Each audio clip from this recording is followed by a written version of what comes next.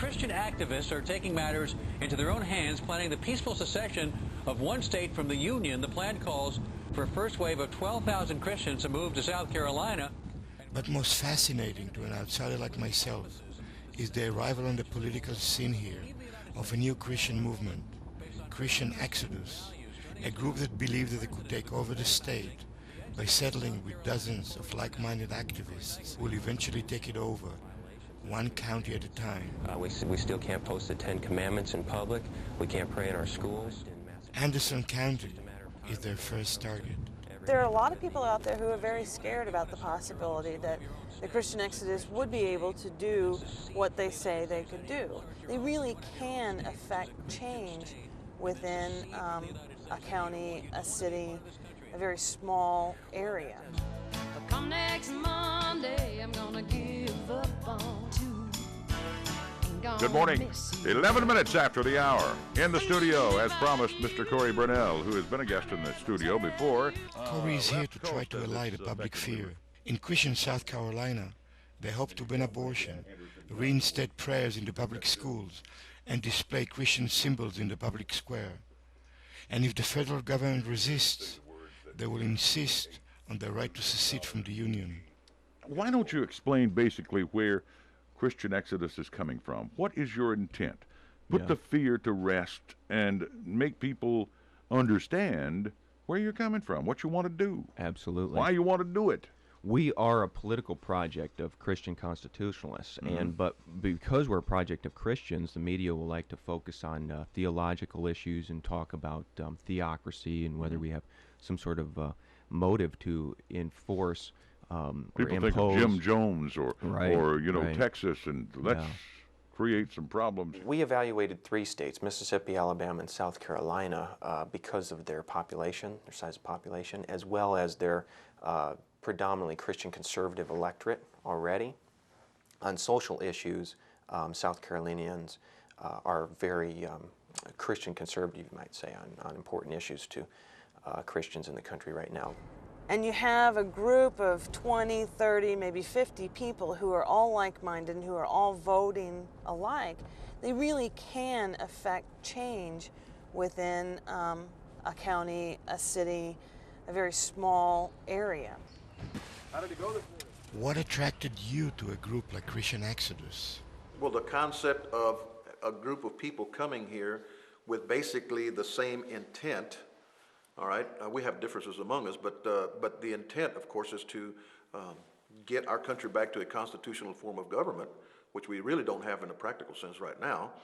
And then in order to accomplish that, we're going to have to do it on the local level.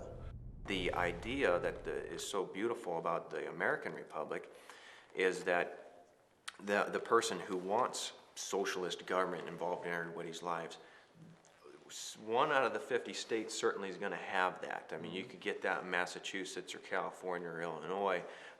So that the person who prefers that form of government can go get it while still being in the United States of America. Demagogued by locals here trying to get you to think in a certain direction. Most people think that the Civil War was about slavery, but the Civil War was actually about whether or not the states had power over the federal government or the federal government had power over the states.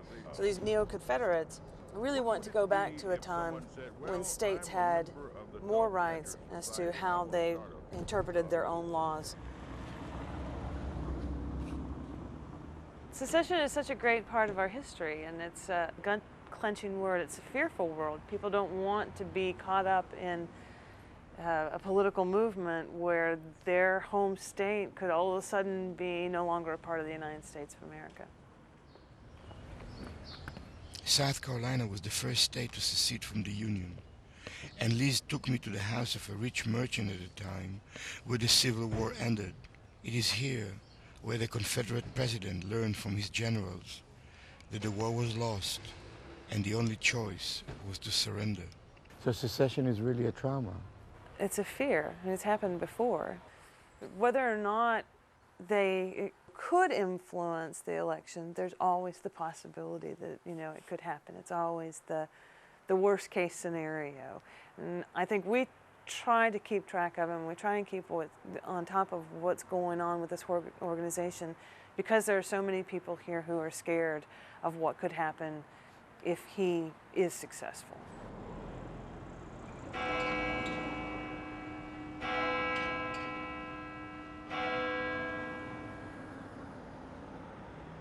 I'm not a practicing Jew, but I feel all these talks about Christianity suddenly make me feel very Jewish. It's not a feeling that I necessarily want to have. Liz and the Independent Mail helped to organize a town meeting to bring the many different divergent aspects of the community, the religious right, the religious left, and even few agnostics. Corey Burnell agreed to participate as well. I am Jewish. I grew up in South Carolina, which I was pretty much the only Jewish person I knew my own age. So that makes me pretty well attuned to these issues of minority. The esteemed gentleman sitting in front of me, Mr. Burnell, wants to take religion and use it to unduly influence the political process. There is no limitation constitutionally or in any historical context of elected officials not being able to speak about their faith or have their faith impact their decisions. Beyond that, you should vote for somebody who reflects your religious and moral views, and they're free to express them, and if the community then disagrees with them, the community's free to unelect them the next time around. The problem is when those people who have this strong belief in whatever they believe, they want to press it upon the rest of us. And I don't want your religion. Just dismiss it from me. This is not a Christian nation. It's a religious nation, but it's not a Christian nation.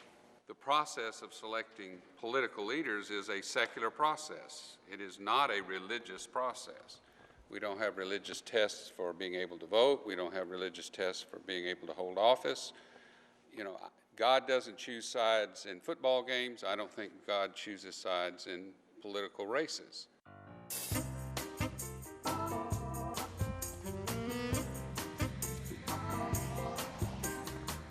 Obama supporters referred to his faith and the role of the church in the campaign. But on the ground, what is impressive are his campaign volunteers, highly effective in the very secular voter registration drives. Calvin Jones is hitting today the barbershops and the beauty salons. Beauty salons, hair salons, or barbershops are a gathering for African American people. It's not just a place where you go get your hair cut, but it's a place you can discuss issues, you can get advice on things. I'm going to deputize you right now. Thank you very much. Official Obama supporter. Exactly. So what is your role on that? I'm going to do whatever I can to help him. I mean, as a beauty salon owner, and we have a 14-chair salon here. Each barbershop or beauty shop, they have their own candidates, you know. Like, we got different views in here, but mostly this is an Obama salon, you know. Is Barack Obama the prophet you say he is, or just a politician? It's difficult to be a prophet and a politician. Prophets get killed. And the prophetic message that Barack Obama began with is perhaps being killed off the more that he becomes a politician.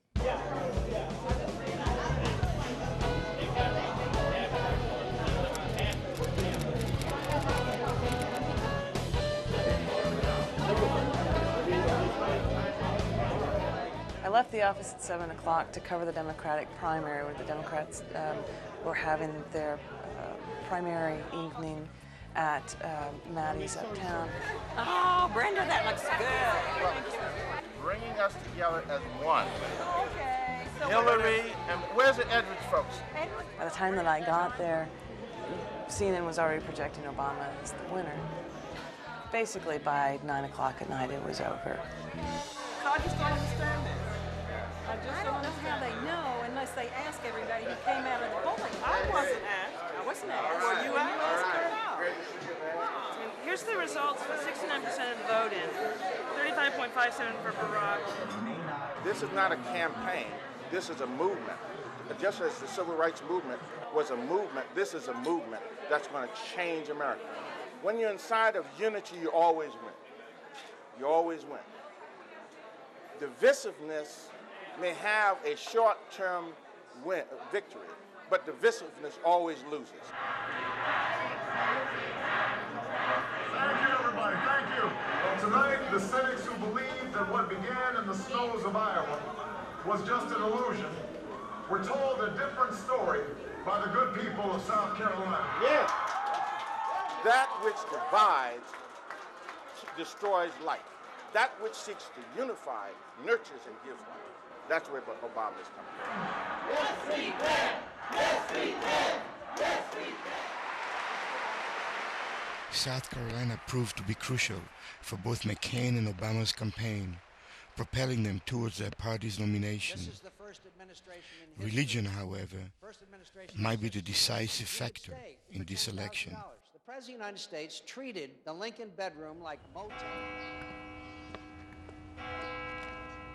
The reason why McCain is in trouble is he has not energized this evangelical base. And I think it may be a difference in close battleground states. These social issues are the guiding issues for American politics.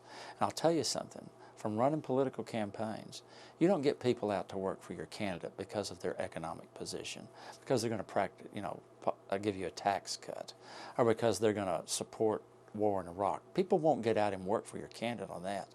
But you tell them where you stand on abortion, gay marriage, you'll get people to volunteer at your headquarters and come out and pass out legislative literature and walk in parades and go walk neighborhoods on the social issues. That's why they get out in the street. They don't get out on the street on the other issues. In the most recent U.S. presidential election, those identifying themselves as the Christian right constituted the largest single voting bloc supporting George Bush's re-election.